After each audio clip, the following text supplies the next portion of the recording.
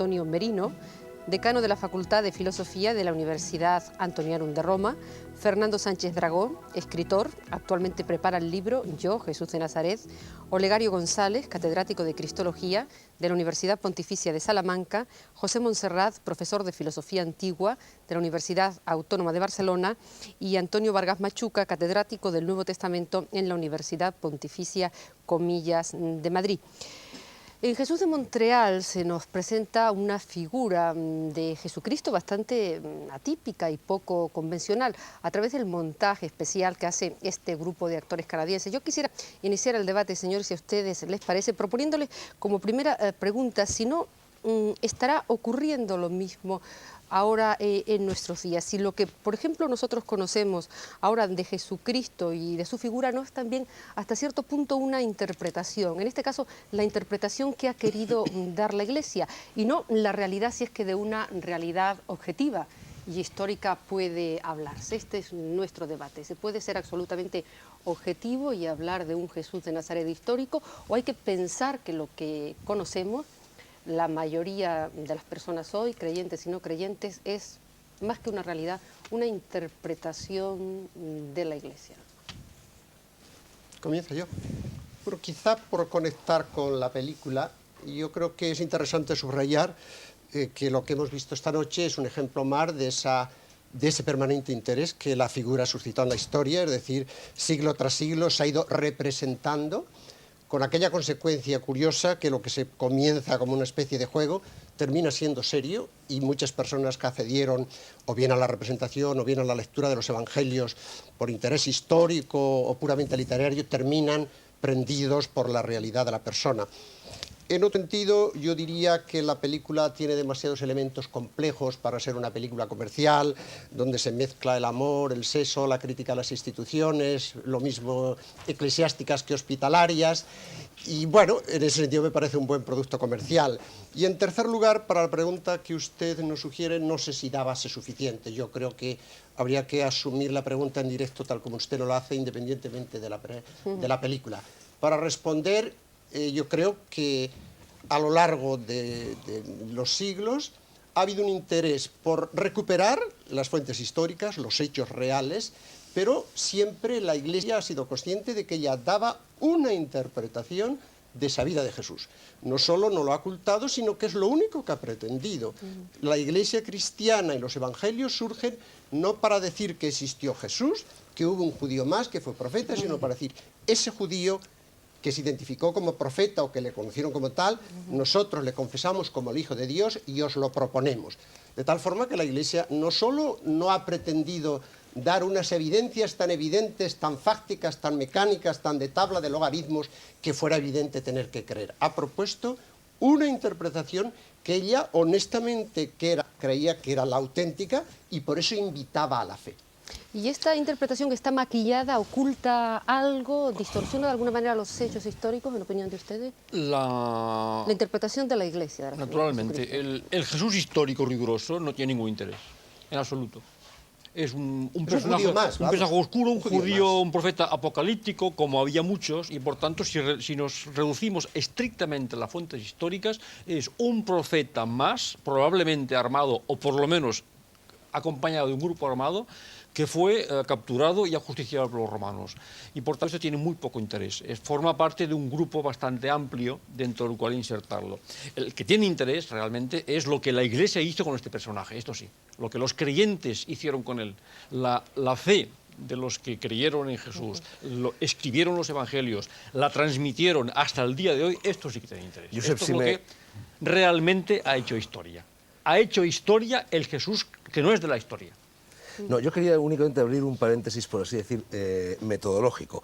Me parece que se está identificando Cristo con la Iglesia. Y hay muchos cristianismos, no existe solo el cristianismo de la Iglesia Católica. Existe, por supuesto, y todos lo sabemos, el protestantismo, existe el cristianismo oriental, pero al mismo tiempo existen pues, sectas como la del señor Moon en tiempos actuales y otras muchas sectas a lo largo de la historia que también han recogido la figura de Cristo y lo han interpretado a su manera. Y luego, por supuesto, existe la libre interpretación por parte de cada cristiano de esa figura, porque en definitiva, ¿en qué consiste ser cristiano? Yo creo que cristiano consiste en creer en Cristo y en seguir sus enseñanzas. Fernando, toda persona que crea en Cristo es cristiana. Pero nadie se remite al Jesús histórico, nadie.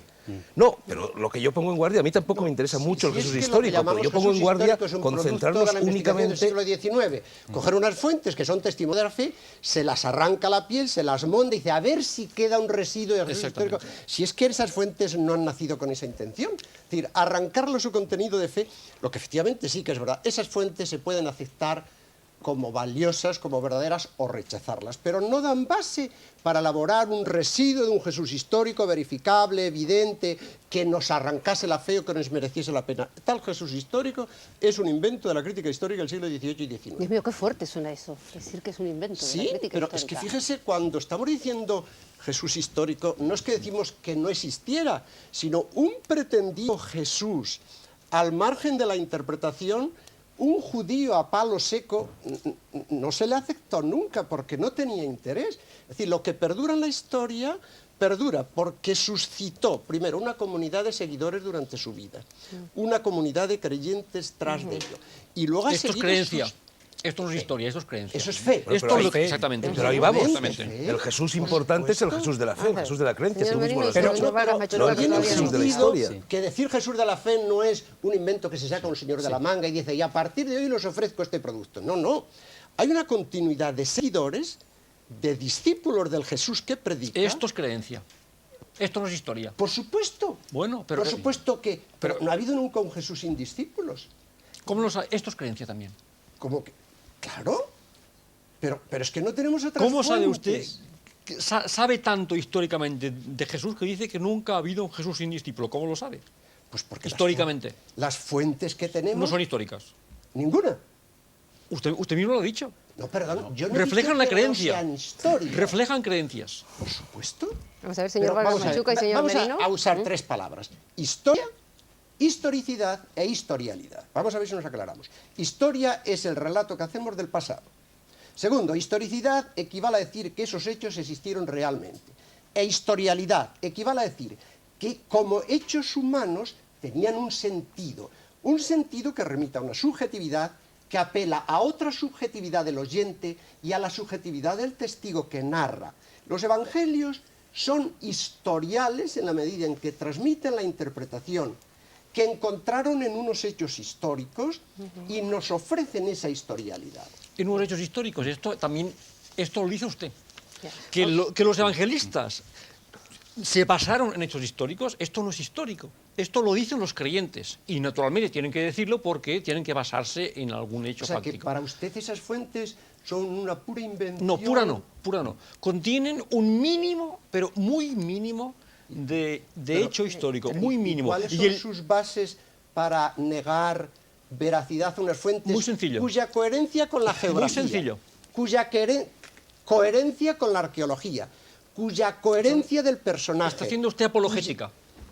Bueno, Está haciendo yo usted hago lo que apologética. hago Yo cuando hago leo historia. Platón. Yo trato los evangelios Como como a trato Platón. todos, no, con Platón no, Claro. es un personaje histórico, como todos los demás documentos procedentes de historia de las religiones, como las vidas de Buda, o como la vida de Apolonio de Tiana, o como las vidas de los, como las historias de Mitra. Son documentos religiosos y tienen un tratamiento específico en la historia de las religiones, y por tanto no se reconocen esos documentos como documentos históricos. Entonces tengo que ir indirectamente a ver qué es lo que puedo salvar históricamente. Y yo salvo bastante. Usted Yo sabe salvo bastante. Vamos al bastante. señor Vargas Pero Machuca, esto que dice usted no. no han hablado sobre Esto que dice usted no. Por ejemplo, que Jesús hubiera fundado una especie de grupo de discípulos que, No, continuó, cosa que yo no he dicho. que continuó en la iglesia. No he utilizado la palabra fundar. Siempre Bueno, he dicho, fundar no, pero ha dicho no, que iba no, no, he acompañado dicho de que un no ha grupo. habido un Jesús nunca sin grupo, sin comunidad, sin adhesión, sin seguimiento. Y esto continuó después, ¿verdad? Claro, y eso es lo que ocurre en la pues, historia. a eso que se llama siglos fundar. después la fascinación de su persona suscita adhesión. Es el mismo fenómeno. No le dan de Vamos a abrir el fundar, debate por este lado, señor. Por terciar en la discusión o puntualizar alguna de las ideas, a ver si así encontramos una base común de diálogo, que efectivamente los libros que conocemos sobre los orígenes del cristianismo están inmersos y son la expresión de una interpretación acerca, todos se refieren a un personaje que es Jesús de Nazaret.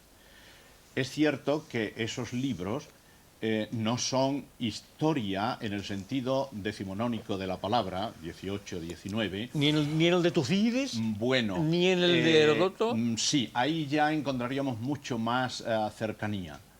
Y una vez que compara Lucas con Tucídides. Una vez que tenemos esos libros y reconocemos que son la expresión de una fe, no simplemente unos hechos objetivamente asépticos, que eso no existe en ninguna historia, y menos en la historia del pasado, tampoco en la historia del presente.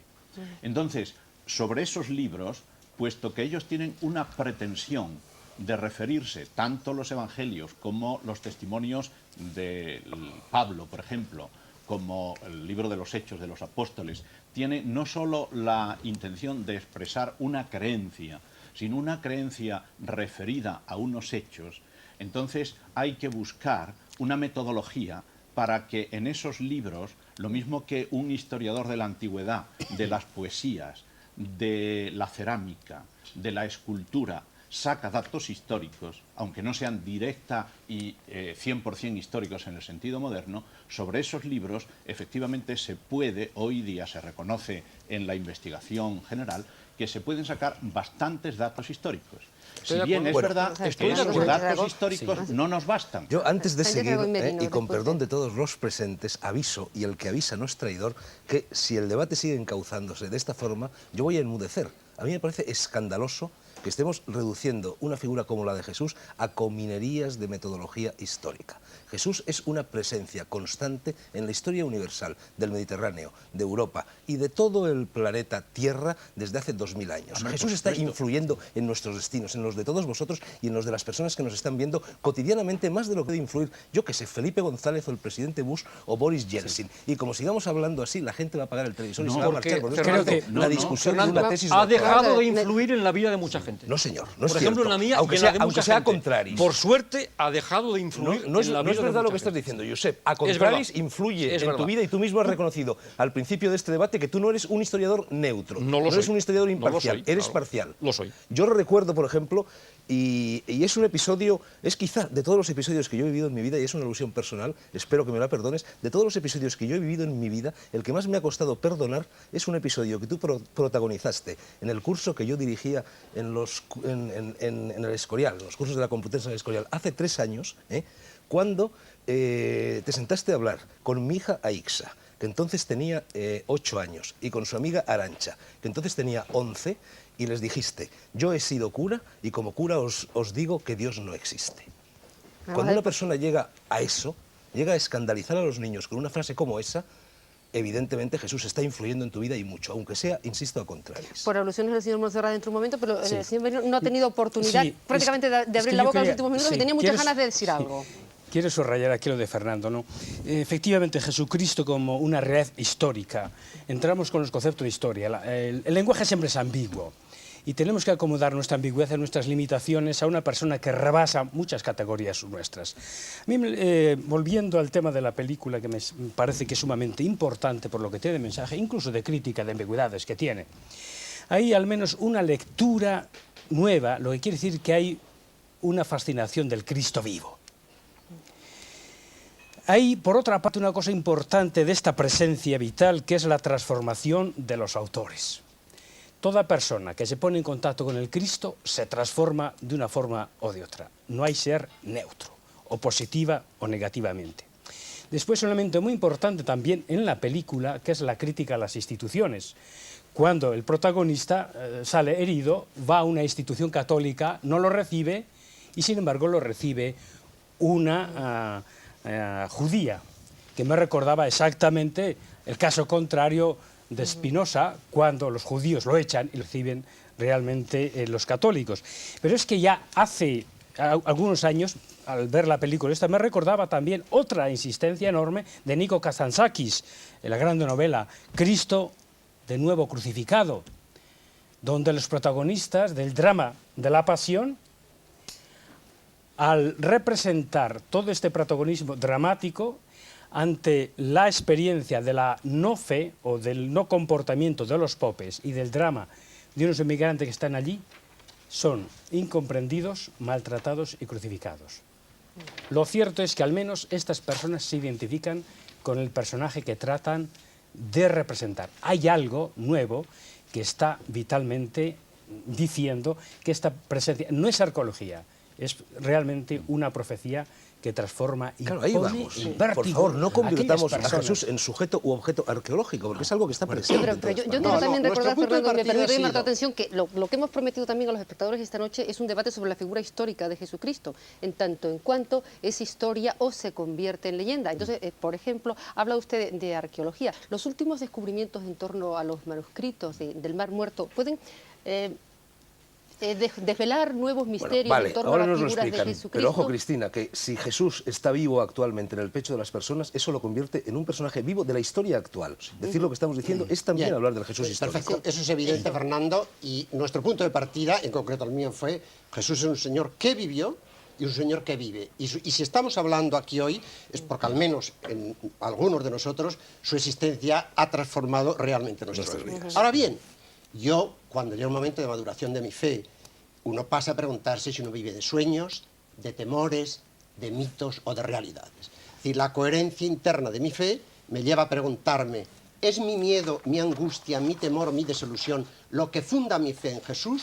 ¿O hay una objetividad, una anterioridad, una alteridad con la que yo me encuentro que es anterior y superior a mí? Entonces, desde el interés universal personal que la fe tiene para mí, me obliga, me lleva a buscar la objetividad, la anterioridad, el contenido objetivo, que en este caso es preguntarme por la presencia divina, por la dimensión trascendente, por el contenido de revelación y de gracia que yo me encuentro de parte de Dios en esa persona y pensar que no me lo invento. Esa es la única cuestión. Eso lo podemos, yo creo que asumir todos, la un fe poco, ¿no? Lo que puede haber de objetividad... por su necesidad de objetividad, esta línea de debate por que la usted ha abierto, investigación yo lo histórica. Yo creo que hay unos mínimos históricos, por mucho que podamos poner muchas cosas en duda, unos mínimos históricos que los aceptamos todos, Bien. incluso Montserrat Torrens, es decir, creemos que existió. Y más que vivido en el Montserrat. siglo I. Creo que acepto más que tú. Bueno, un momento. Yo estoy bastante con... Sí. Josep, Bueno, un usted momento. Vargas por Machuca alusiones en cuanto- tenía un momento, prudente la palabra. En le otro digo. curso Tú en la introducción a tu libro, La sinagoga cristiana, dices... que traes esto. ahí fotocopiada, Una página. alevosamente. Alevosamente no, al contrario, caballerosamente.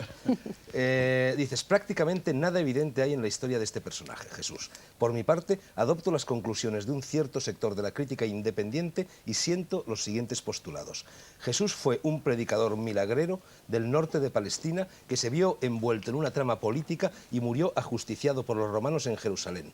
No se autoproclamó Mesías ni fundó una comunidad religiosa. No se conserva ninguna narración auténtica ni de su obra ni de su predicación. Bueno, esto puede ser cierto y al mismo tiempo falso, porque todos sabemos, y tú lo sabes también, que la figura de Jesús no se limita a esto, aunque si nos remitimos únicamente a las fuentes, a lo mejor esto que tú estás diciendo es verdad. Esto es un mínimo. Yo digo, a partir de esto Bueno, voy pues a eso sacar decía más. yo, a partir Pero de ese mínimo... esto es mínimo. Perdón, Y entonces, cuando hablas de crítica independiente, ¿a quién te refieres? a una crítica que no depende de ninguna religión, de Pero ningún pero dogma, mira, de ninguna es dogmática. decir, hay religión y hay no religión.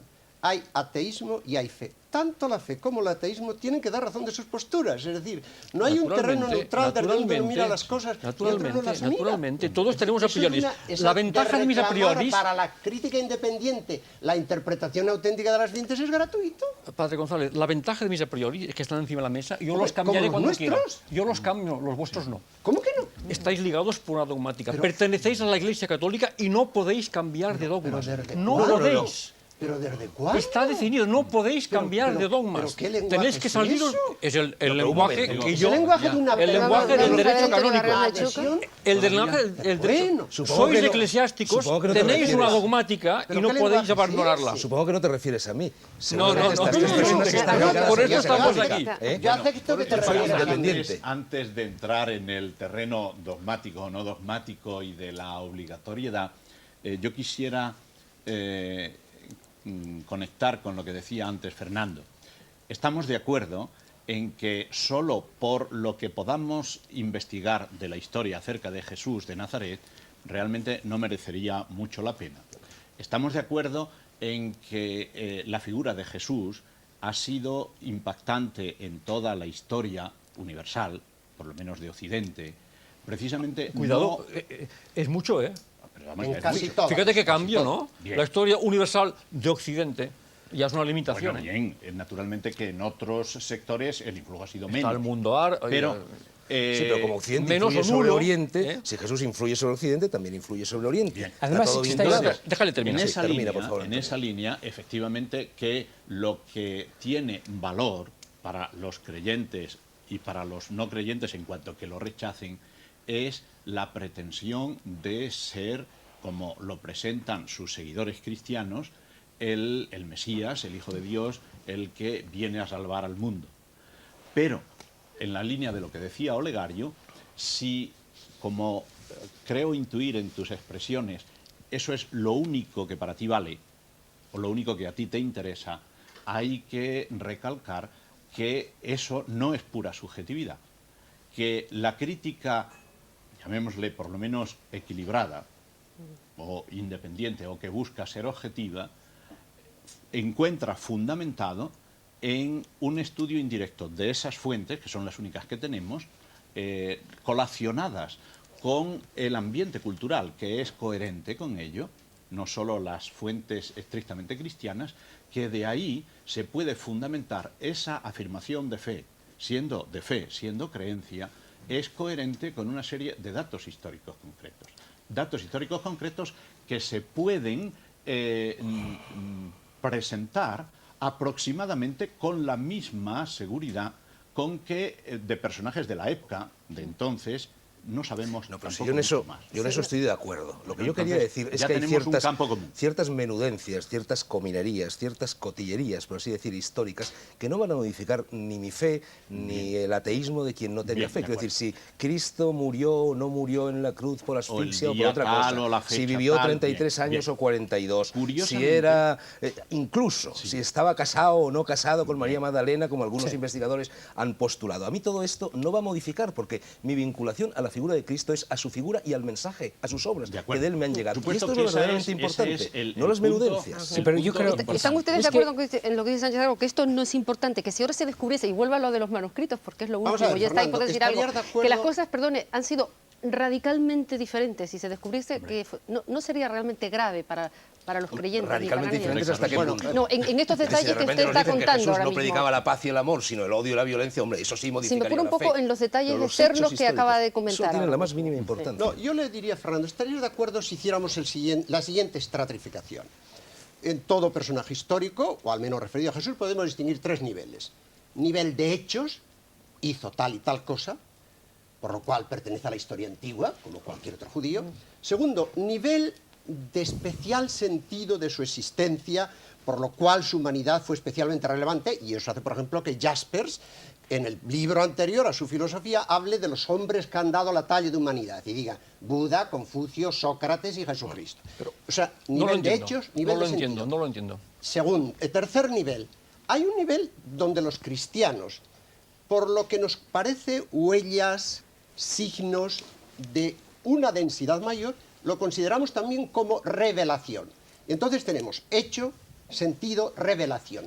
Para nosotros los tres niveles están con esos, pero confesamos evidentemente que el tercero no se deduce necesariamente de los otros, que nosotros reconocemos que Jesús existió, que su existencia humanamente fue significante, y tercero, que en él Dios se nos revela y se nos da como en otros profetas, y además de una forma única y definitiva, por lo cual le llamamos el Hijo y le consideramos el centro de la historia. Esos tres niveles para nosotros creyentes van unidos, pero comprendemos que son separables y que quien no tiene fe, y el tener fe o no tener fe no es un problema de Para usted- historia científica, sino de dónde Para Dios usted la fe está en el tercer nivel, ¿verdad? está en el tercer nivel en conexión Sobre todo. coherente con los dos Y primeros. los dos primeros serían históricos, el primero y el segundo serían históricos. Bueno, el primero es... acépteme la El primero sí, de El acuerdo. primero es histórico, el segundo es historial y el tercero es teológico. El segundo para mí es tan teológico y No, depende el tanto de la segundo es- creencia. decir, Todo lo que sea sacar a Jesús de estos mínimos con los cuales estamos de acuerdo, mínimos, No. O sea, yo de los varios mínimos que han mencionado no estoy de acuerdo por investigación histórica. Con algunos sí, con otros no. Bueno, por ejemplo, teníamos que hacer una lista cada cual de los mínimos Bien, que admite. bien, eso sí. Pero Bueno, pero hay ciertos Sí, mínimos. interesante. yo creo que interesante mínimos hacerlo. los admitimos. Marino, Entonces, pero esto de Jaspers cuando saca a Jesús de este magma palestino, un personaje más, y lo convierte en un personaje de la categoría de Buda o de Sócrates, esto es un acto de creencia. No, pero no es un acto No hay de la más mínima, interpretación no hay la más histórica. mínima base estrictamente histórica para decir esto. Ay, de Buda sí. Pero bueno, pero vamos a ver. Tampoco. Vamos a Ah, dejar bueno. ahora Cuando usted. la Tampoco. figura histórica y vamos a dar razón Tampoco. a Fernando. Ni de Lao Tse, Ni de entonces, Mahoma. ni de El Confucio, problema ni de prácticamente de Jesús no nadie. solo lo De que Sócrates hizo, sí. lo que él hizo De viviendo, Sócrates sino lo que ha hecho después de muerto. Es decir, el gran problema histórico para el hombre que piensa, es decir, bueno, pero aquel señor judío del norte de Palestina que hablaba un arameo extraño, pero ¿cómo ha podido desencadenar a lo largo de la historia humana y seguir desencadenando tanto amor, tanta esperanza, tanta utopía? Esto no es de un tal problema forma que histórico. esa realidad Esto no tres. es ningún problema histórico, Sí. es un no va a problema ser ningún simplemente problema religioso. histórico. Es un Eso problema tiene que dar religioso. razón la historia. investigación Vamos a ver, José histórica. Antonio Sí. Merino. Hombre, Es que claro, si no, ¿en claro qué que es un mundo problema vivimos? histórico. Montserrat, ¿Por yo creo qué? que hay que decir también, no solamente los mínimos, sino los máximos, que en el Cristo yo creo que lo que interesa, habría que subrayar fuertemente los máximos, pero no solamente la cosa esta histórica, sino la interpretación a lo largo de la cultura. Uno cuando va al Cristo siempre va a interpretarlo de una forma concreta. De hecho, en la cultura occidental vemos exactamente en el románico cómo se le presenta al Cristo de una forma, como un sacerdote que trata de dar un culto. En el tiempo del gótico, cómo se le trata de representar, pues una humanización. En el tiempo del Renacimiento es el canon, el completo. El tiempo de la Ilustración es el hombre luz. El tiempo de Kant, ¿qué significa? Pues el hombre ético, el tiempo del romanticismo, la exaltación completamente de los sentimientos. Y después incluso el mismo socialismo como el hombre revolucionario, ese Cristo de cada cual. Por eso el riesgo que tenemos cuando nos acercamos al Cristo, cada uno proyecta exactamente lo que tiene. Entonces, para ir al Cristo, si uno ha pasado antes por la duda, difícilmente se llega a esta fe. La famosa frase y el encuentro, la confesión que hace Dostoyevsky, creo, y mi profesión de fe no es la de un niño, sino que mi osana viene después de un terrible purgatorio de la duda. Lo que sucede es que a veces damos el salto a una ingenuidad sin pasar por estas dificultades. Entonces, este hecho cultural condiciona fuertemente una experiencia prodigiosamente real. Mire, Y esto hay que tenerlo en cuenta. No tengo ningún inconveniente y me gusta que ustedes aquí hagan teología e incluso prediquen. Me encanta. Lo que me cuesta aceptar en algunos de ustedes, en usted no porque ya lo conozco mucho, pero en ustedes es que me parece que son incapaces de diferenciar la fe de la historia y que mezclan continuamente los dos temas cuando podrían ser legítimamente separados. Yo jamás les negaré que creer en el Cristo tal como ustedes creen en él sea razonable. Es perfectamente razonable, nunca se lo negaré. La fe de ustedes es razonable. Ahora ustedes, progresando de los mínimos históricos, quieren hacer pasar por histórico cosas que no lo son y no tienen ninguna necesidad. Por ejemplo, Pero eso es una afirmación gratuita. Que hay continuidad entre la predicación de Jesús y la Iglesia, esto a ustedes les bastaría con creerlo. Les bastaría con creerlo. Y no, quieren demostrármelo históricamente. No. Pretenden demostrar... Ni lo creemos a ciegas, ni queremos demostrarlo con la evidencia de una tabla de logaritmos. Mostramos que hay una históricamente coherencia que hace pensar que nuestra adhesión a la interpretación que los discípulos dan después de la resurrección tiene coherencia con la predicación de Jesús. No se deduce necesariamente. Pero ¿cómo la conocen la predicación de Jesús? Bueno, pues porque reconocemos credibilidad a unos documentos históricos que tienen todas las garantías que pedimos a cualquier otro texto de la historia. No. Dígame usted, por ejemplo... Ningún entienda- historiador da a estos documentos la credibilidad que da a los documentos de la historia. Son documentos examinados por la historia de las religiones. Son documentos como las vidas de Buda de la tradición Pali. Pero tú también Son haces- documentos Pero religiosos, tú también no haces históricos. afirmaciones. ¿En qué textos te basas entonces? Cuando tú dices, por ejemplo, que Jesús formaba parte de un grupo seguramente armado. Pues eso ¿En es qué te apoyas? absolutamente ¿En que San trasnochado. Pedro El desenvaina grupo una de espada en la celotas no surge escena hasta del 15 huerto de años los después de la olivos muerte de Jesús? y corta una oreja? Todo eso es absolutamente... El grupo armado de judíos respecto de Roma es posterior a la muerte de Jesús. Todo lo que se ha dicho de los celotas no tiene realidad histórica en el momento de la vida de Jesús, ha vivido una convivencia pacífica entre judíos y romanos. El movimiento armado surge decenio y medio después de la muerte de Jesús. Pero en cualquier caso, lo que convierte a Jesús... Eso es la imagen de Jesús, lo que convierte a Jesús en un personaje... de 1920, anterior a Kesseman, anterior a toda la investigación histórica crítica Digo radical. Y por ese camino se llega incluso a convertir a Jesús en un señor que estaba encerrado en la fortaleza de Masada y que murió allí en ella como un numantino. Podemos llegar a cualquier parte, pero Digo, si queremos aplicar los criterios de historicidad que se manejan hoy día, lo que no podemos es como en algunos, que naturalmente esto ya es una investigación, diríamos, de mínimos o de puntos menos globales de la figura de Jesús, que eso estamos de acuerdo, pero que naturalmente si entran en discusión hay que estar al día. Me refiero a que el escepticismo, por ejemplo, incluso una recensión de hace año y pico, hay todavía investigadores que por su especialidad no están en la línea última de investigación, que creen que la última palabra de la investigación cristiana es Rudolf Bultmann. Eso ya está trasnochado.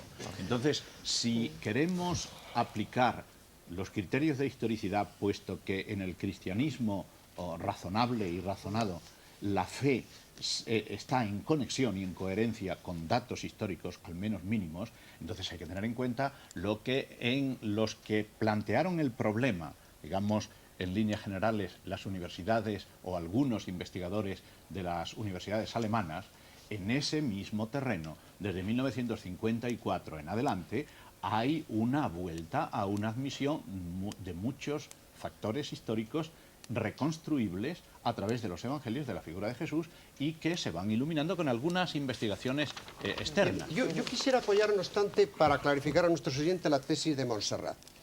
Es verdad. Prefiero clarificar mis propias tesis yo. No, yo, con ocasión de tus tesis, aclarar a nuestros oyentes. La fe parte de una historia interpretada y percibida como signo de Dios, pero no se deriva necesariamente de la historia. Bueno, pues seamos parte de una historia descubierta, percibida como signo de Dios, que invita a la fe a la que uno responde, pero no se deduce necesariamente de la historia. La fe es un don de Dios que al encontrarse con talos hechos surge, pero el creyente la percibe a la luz de esos hechos como don de Dios. Eso quede claro, y yo creo que esa postura nos invita a los creyentes a no confundirnos con unos vulgares historiadores de la historia antigua. No, y en cualquier caso yo te pregunto, ¿para qué nos sirve la historia si no la interpretamos? ¿Esto vale para Jesús de Galilea o para Julio César o para cualquiera? Si queremos que la acusación que hacía Montserrat, tenemos que interpretarla, ¿no? de que confundimos exactamente la historia con la creencia, o si quieres con la fe. Yo digo que es una cosa completamente distinta, como ha dicho Olegario, perfectamente para nosotros. Y sobre todo, la fe para nosotros tiene tres elementos característicos, que es gracia. Segundo, que es una razonable, en el sentido que damos razón de lo que se cree. Cierto. Y por último, que es libre. Por consiguiente, es una cosa ciega. Se da razón de la esperanza, se da razón de la fe. De ahí la necesidad que esta fe resulte adulta, pero también se pide para aquel que crea medias o no cree casi nada o no cree nada, que sea coherente, sea adulto en esta media fe, en esta poca fe o en esta ausencia de fe. Es decir, ser adultos en lo que se cree o en lo que no se cree o en estas medias aguas. Pero para nosotros, evidentemente, esta experiencia de fe es enormemente razonable y no se confunde en absoluto con la historia, mucho menos con la historicidad. Pero ahora me gustaría mi pregunta. Pregunte usted, vamos a ver. Usted pregunta, usted contesta, usted pregunta, usted contesta. Vamos a ver primero usted, Olegario. Tú has hablado de la necesidad de madurar la fe. Bueno, a mí me parece muy bien, pero ¿tú crees que esa maduración forzosamente tiene que venir a través de ir añadiendo vueltas y más revueltas por el camino de la erudición a ese laberinto que ya de por sí es Jesús? Te lo digo porque yo, por ejemplo, a la hora de escribir este libro que estoy escribiendo sobre Jesús, bueno, he empezado, por supuesto, por leer libros, muchos libros, 500, 600, 700, y al final se ha creado tal confusión respecto a la figura de Jesús en mí, es decir, sabía menos en un determinado momento de lo que sabía antes de empezar a leer todos esos libros. Entonces he decidido tirar los libros al suelo, como cuenta Voltaire en el diccionario filosófico que hicieron en el Concilio de Nicea para definir el dogma y los textos canónicos y no canónicos y sentarme, por así decir, estoy hablando metafóricamente, en la posición del loto, abrir el chakra de la coronilla y a ver si el Espíritu Santo desciende sobre mí y me ilumina. Porque creo que solo a través del camino de la iluminación se puede entender una figura como la de Jesús. Históricamente, si no, lo empequeñecemos. No sirve para nada. Dentro de 2000 años podrán haber aparecido otros 7 rollos del Mar Muerto que añadan algún pequeño detalle, algún pequeño matiz más a la figura de Jesús. Habremos ganado en comprensión y en fe. Nos habrá servido más. Te contesto en directo. El acceso a Jesús, para quien no hemos sido contemporáneos de él, tiene un doble camino. Primero, si en vez de hablar del loto, tú hablases del Espíritu Santo... He hablado, me parece, o por lo menos esta es mi intención. Pero del Espíritu Santo, vamos, de la guión neuma. Entonces yo te diría, solo quien se abre al Espíritu Santo puede creer en Jesús. Y es una cita bíblica de San Pablo. Solo bajo el Espíritu Santo podemos decir Jesús es Señor. De acuerdo. Segundo, ahora bien, para que yo, dentro de lo que es humanamente razonable, tenga la seguridad de que ese Espíritu Santo no son ni mis buenos humores, ni mis malos humores, ni mis deseos, tengo que establecer continuidad con los testigos que me establecen la conexión con el origen. Porque Jesús dejó unos testigos autorizados y cualificados. Yo me tengo que preguntar si además del elemento de interioridad, que es siempre necesario y sagrado, tengo el elemento de exterioridad y objetividad. Entonces, a la vez que abrirme al Espíritu Santo, me tengo que abrir a la comunidad de creyentes y al testimonio normativo que a lo largo de los siglos ellos se han remitido al origen, que eso es lo que hicieron en Nicea. Dijeron, dejemos de teólogos, que se nos ha transmitido en una transmisión pública, porque Jesús creó testigos públicos. Entonces los apóstoles fueron reconocidos como los testigos autorizados y cualificados que conectan con el origen, y ninguna palabra fue admitida nunca en la Iglesia en la que no se percibiese el testimonio auténtico de la tradición. Por tanto, yo me parece muy bien, Fernando, que tú te abres a la iluminación del Espíritu, pero hombre, para tener alguna seguridad de que no es el espíritu que genera el whisky o el mal humor, tú establezca la conexión con la historia hasta llegar a los orígenes. Sí, yo quería introducir a propósito lo que... Bueno, pero no le quiero interrumpir, conteste usted lo que quería... No, yo te quería decir únicamente, Olegario, que me alegro de que hayas hablado de los orígenes. Yo creo que existe una gran tradición espiritual, que es anterior al cristianismo y anterior al budismo y anterior al hinduismo y anterior a todas las religiones. Y las religiones son gajos desprendidos de esa gran tradición.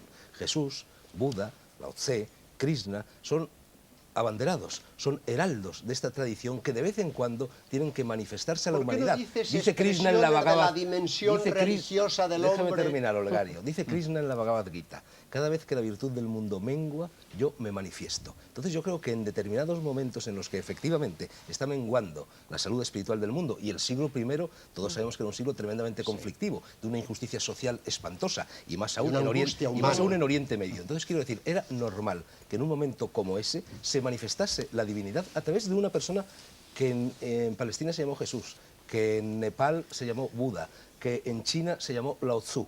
Y todo eso son gajos desprendidos de una misma tradición. Por eso yo te aseguro que podría ser cristiano, aunque en vez de nacer en Madrid hubiese nacido en Pekín y en vez de hablar en castellano hablase en chino. Yo quería preguntarle a José... es una verdad universal, que no está necesariamente vinculada a la que figura yo me sospechaba, Fernando, que pregúnteme. identificabas el Cristo definitivo con Jesús de Nazaret. Y ahí vamos a comenzar a tener levels diferentes. ¿Cuál es el Cristo definitivo si la propia tradición cristiana habla de la segunda venida de Cristo? Están ustedes hablando de verdad. Mi vida, nunca en el Nuevo Testamento se habla de la segunda venida. La historia de Jesús no termina con la crucifixión. El Jesús que vino y se mostró como Mesías vendrá a consumar su obra. El mismo Jesús de Nazaret vendrá a consumar su obra. Es una única venida, una especie de destello de la aparición definitiva. Pero lo que quiere hacer Fernando, a veces yo creo que confundes o mezclas bastante, casi para agonar el Cristo con Confucio, no, con o Confucio con Buda, no he mencionado Confucio. Buda, Krishna y Lao Tzu. Bien. Yo creo que hay una radical diferencia incluso de contrastes. Cuando uno analiza cada uno de estos autores, verás que tiene una línea concreta, en tanto que el Cristo en sí rompe todos los esquemas, incluso las categorías.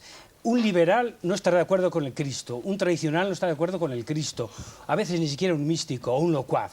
El Cristo rompe todas estas categorías, es totalmente indefinible, por eso, porque es enormemente complejo. Y entonces hay una serie de proyecciones, estas interpretaciones, estas hermenéuticas que se pueden hacer, que el Cristo las rebasa y las rompe completamente. Entonces esta comparación, que puede ser expresiones de un fenómeno general llamado religión, puede ser válido, pero rebasa enormemente por lo complejo de los elementos que coinciden ahí. Estamos hablando mucho, perdón, Montserrat, que es lo que yo quería introducir, y ahora tiene usted la palabra de fe y de creyentes. Y si a ustedes les parece, podemos hablar un poco de los que no creen y también quieren acercarse a esta figura, o en concreto a esta figura de la que hablamos aquí esta noche, a la figura de Jesús de Nazaret. Desde el punto de vista de los no creyentes, de los que no tienen la revelación por la fe, ¿cómo se acercan a esta figura? Yo veo ahora como filósofo más que como historiador, veo que el hombre no puede pasar sin creencias y sin ideales. Entonces yo, el ideal humano reflejado en esta persona que sale en los evangelios, creo que es un buen ideal para el hombre, por lo menos occidental. Para el hombre de la cultura mediterránea que viene del greco-latina con injerto judío. Para esta gran masa humana y para esta cultura, yo creo que la figura que emerge de estos textos llamados evangelios sigue siendo útil y puede ser guía para muchas personas. Y por tanto me alegro de que se le predique bien, de que se le enseñe bien y de que personas como este señor de aquí escriban obras sobre Jesús. Dicho esto, que lo digo sinceramente, yo vuelvo ahora a ser historiador y sigo insistiendo en que en la mayoría de creyentes o de historiadores creyentes sigo viendo una mezcla total de sus creencias con los elementos pretendidamente históricos. Y voy a poner un ejemplo rapidísimo, que es uno que yo viví cuando estudiaba en la Gregoriana, ¿no? Pablo dice que fue a Jerusalén y encontró a Jaime, el hermano de Jesús. A mí intentaron demostrarme los jesuitas de la Gregoriana que este hermano era el primo. Demostrármelo históricamente, con todo lujo de citas desde Eurípides hasta lo que quieran, ¿no? Que este hermano no era hermano, sino que era primo. Bien, esto históricamente no tiene ningún sentido, porque si yo, historiador, encuentro en un texto pues Adelfos, primo, hermano, pero es tan normal. Todo dentro de la palabra Adelfos. No le gusta que sea hermano. No, lo que pasa es que él sabe por otras razones. Sigo. Él sabe por otras razones que no es el hermano verdadero, que es el primo, claro. Ahora, yo como historiador, ¿qué inconveniente tengo yo, historiador japonés, por ejemplo, cuando veo que Jesús tiene un hermano, en que Jesús tenga un hermano? ¿Es grave tener un hermano? Señorita, ¿es grave tener un hermano? Se lo pregunto. A ver, usted... Estoy tan poco acostumbrada. Entonces, tengo gran pena de no tenerlos. Déjeme decir, el creyente sabe por dogma que la Virgen es virgen ante partum, in partu es post partum. Entonces, el creyente, cuando llega a este texto, el creyente sabe perfectamente que este hermano no puede ser hermano de sangre de Jesús. Lo sabe el creyente. Lo sabe el creyente. Sí. Ahora, que deje en paz al historiador, porque el historiador japonés, por ejemplo, o chino, cuando llega a este texto y dice Jaime, el hermano de Jesús, pues tranquilamente explicará, pues Jesús tenía un hermano. Pues, oiga, vamos a abrir una ronda para que todos ustedes opinen sobre esta cuestión. Sí. Y el Liddell Scott y dice, ¿qué palabra griega dice Adelfos? Y te coge el Walter Bauer y los 4 grandes diccionarios y dice, posibles significaciones de Adelfos. Sí. Hermano, primo, pariente, cercano. Entonces, tu buen profesor, si lo hizo bien, es decir, yo podría utilizar cualquiera de las 4 significaciones. Decir que es hermano, que es primo, que es pariente. Como yo sé, por otro lado, que hermano no es... ¿Por qué no? Pero yo lo sé por otro lado. Por lado de la fe, por lado de la fe. El diccionario me deja abierta la posibilidad. Exactamente. El diccionario, me deja abierta. El diccionario hace razonable su creencia. No, me la deja abierta. Claro que sí. Punto, nada más. Claro que sí, pero el historiador no tiene por qué preocuparse en absoluto, el historiador, cuando encuentra que alguien es hermano de otro, no tiene por qué preocuparse en absoluto de ver si en lugar de hermano es primo. Lo que sucede es que hay que ver si realmente la historia es la última palabra para ver toda la realidad. Si una racionalización histórica es todo. He puesto un ejemplo. No, en el planteamiento filológico histórico. como sabes, en latín, sin ir más lejos, tío se dice con palabras distintas según sea tío por parte de padre y tío por parte de madre. Entonces, si yo hablo de tío, que tampoco es malo tener un tío o una tía. Fernando, han creado un tinglado. No, yo estoy... Han creado un escandalizado. tremendo. Sí, te veo... A 1 millón de personas. Bueno, entonces vamos a ver. Y el cortas la traducción de tío, hermano, primo o concubino. Se puede tener admiración, se puede tener adhesión intelectual a su doctrina, se puede tener imitación de su significación moral y se puede tener fe en él. Estas son las 4 grandes posibilidades. El creyente tiene fe en él, sigue su mensaje moral, cree en su doctrina y tiene admiración por la complejidad de su vida. Cuando usted preguntaba, señorita, el no creyente, evidentemente, yo le doy los textos y lee las bienaventuranzas, y eso es una figura histórica. Y si él me pregunta a mí, ¿y por qué tú no te conformas con admirar y con imitar y con aceptar su doctrina? Porque creo haber recibido, por gracia de Dios, la capacidad de descubrir en esos signos que está Dios presente y me invita a adherirme a él creyendo.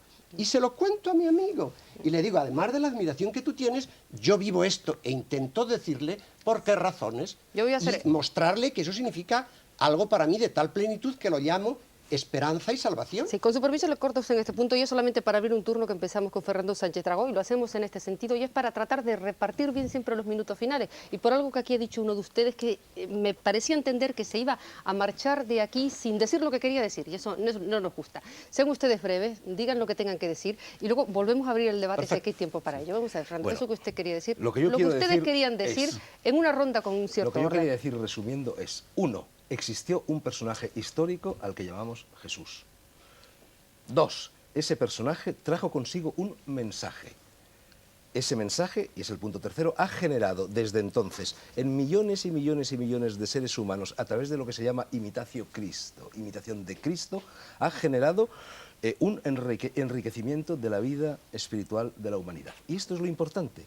Y todo lo demás a mí me parecen pamplinas, me parecen discusiones teológicas sobre el sexo de los ángeles. Y quería por último decir una cosa, porque a lo que ha dicho antes José Antonio Merino. José Antonio, Jesús, que es el último heraldo de esa gran tradición, viene a añadir algo, y ahí está su profunda significación, a lo que dijo Buda, a lo que dijo Lao Tse, a lo que dijo Krishna o a lo que dijeron los grandes heraldos de la tradición anteriores.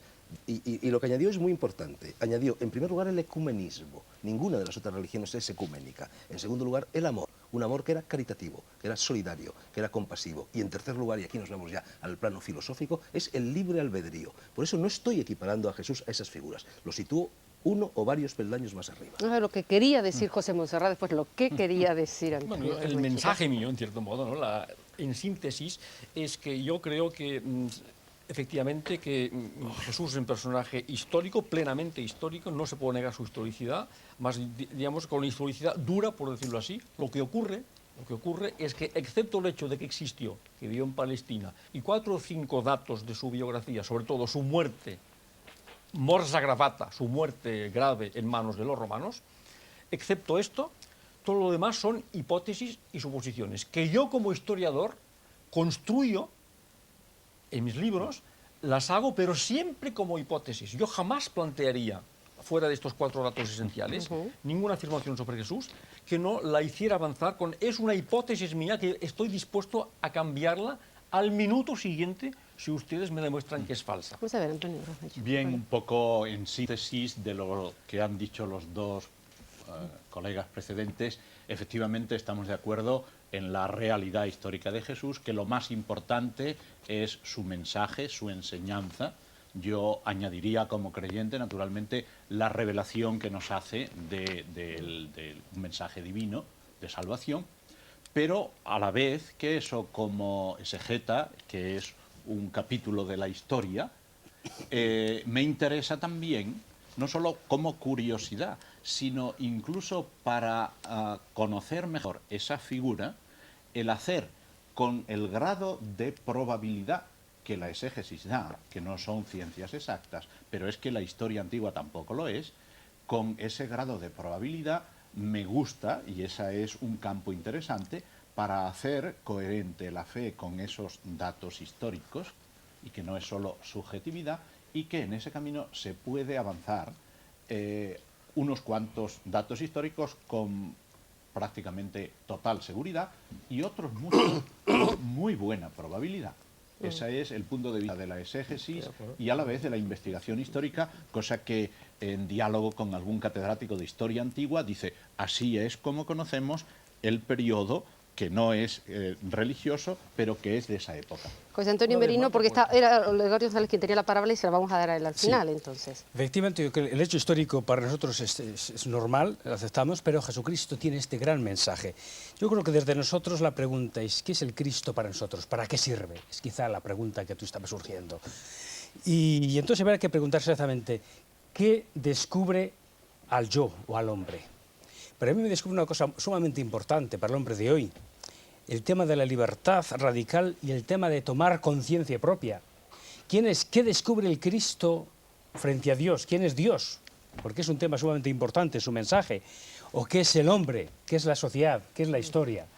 ¿Cuál es el sentido de la vida o cuál es la esperanza? Entonces, para mí, me parece que es un tema de los más apasionantes, en la medida en que nosotros nos acercamos a este Cristo, cómo Él descubre el gran enigma de la existencia individual, colectiva y al mismo tiempo histórica. Muy bien, Olegario González, yo le había casi arrebatado muy bruscamente la palabra, pero creo que no hice mal, porque si no se hubiesen ido el resto de los contertulios contentos, pero tenemos tiempo, aprovechémoslo hasta el último minuto y ya para todo. Lo que los colegas han dicho y bueno, lo sintetizo, lo prolongo un poco.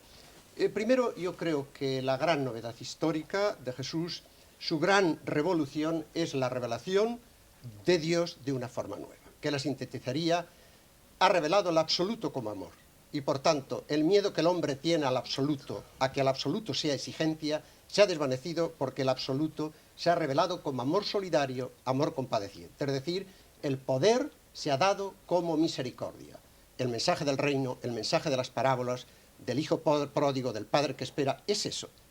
Frente a todo temor, frente a todo recelo, frente a todo resentimiento, en el corazón de la historia, el absoluto se ha hecho solidario del hombre con amor. Segundo, a la luz del final del destino de Jesús, ha cambiado la comprensión de la vida humana. Primero, nos ha dicho que la vida es una aventura que hay que correrla, que hay que correr la bella aventura, y las bienaventuranzas, antes que un programa moral, son el retrato personal de la bella aventura que corrió Jesús entregando su vida. Por tanto, la comprensión de la vida ha cambiado en su raíz. La vida se logra cuando se renuncia y se entrega. La vida se pierde cuando se retiene y se guarda para uno mismo. Tercero, esta perspectiva me parece que históricamente es innegable. La figura de Jesús se ha mantenido viva y entera en comunidad a lo largo de los siglos. La experiencia da que una adhesión a Jesús, una fe en Jesús, al margen de la comunidad y al margen de la Iglesia, no perdura más de 2 generaciones y queda disuelta en la arena como pura religiosidad general. Cuarto, de la figura de Jesús, desde la experiencia que con él hicieron y que llamamos resurrección, hemos adivinado que el futuro, no ese que podemos programar con los ordenadores o que tenemos que hacer con la perspectiva, sino el futuro absoluto, el que realmente nos importa, el que es improgramable, se nos ha anticipado como reconciliación, como afirmación. Y quinto, finalmente, el hombre que ha encontrado esto, reconoce que lo ha encontrado porque Dios se lo ha revelado por gracia. Y es como el que ha encontrado un tesoro y una perla, que por el gozo de haberla encontrado va y vende lo que tiene, es decir, relativiza todo el resto de las realidades a la fe en ese Dios que se le da en Jesús y en el cual él encuentra. Esto me parece que sería el meollo de una afirmación fundamental sobre Jesús. Cristina, terminamos el programa lanzando una pregunta. No vamos a tener tiempo para responderla. Es una pregunta que yo formulo a los historiadores y a los teólogos. ¿Por qué en las Sagradas Escrituras, en las cuales de una forma o de otra se mencionan pues no solo los saduceos y no solo los fariseos, que eran las 2 grandes sectas del judaísmo, sino muchísimas, prácticamente todas las pequeñas sectas que pululaban en el contexto del Oriente Medio en aquella época, ¿por qué no se menciona nunca a los esenios? Terminamos con una pregunta y esa es una buena manera siempre de terminar los debates, porque quiere decir que habrá ocasión, si ustedes aquí lo quieren, otra vez, señores, de venir a discutir de todas estas cuestiones ¿Pero por por qué no nosotros? respondemos? Porque en el momento que ¿Cuánto escriben ya no han necesitaríamos para desaparecido. responder a esa pregunta? ¿Qué? ¿Cuánto necesitaríamos para responder a esa pregunta? No, yo creo que es muy simple, porque en el momento que escriben ya no eran protagonistas y porque no tuvieron conexión directa con Jesús. Así de simple. Eso se cae por su base, porque también había desaparecido la figura de Jesús en el momento en que se escriben las Sagradas Escrituras. No, pero los seños ya no existían.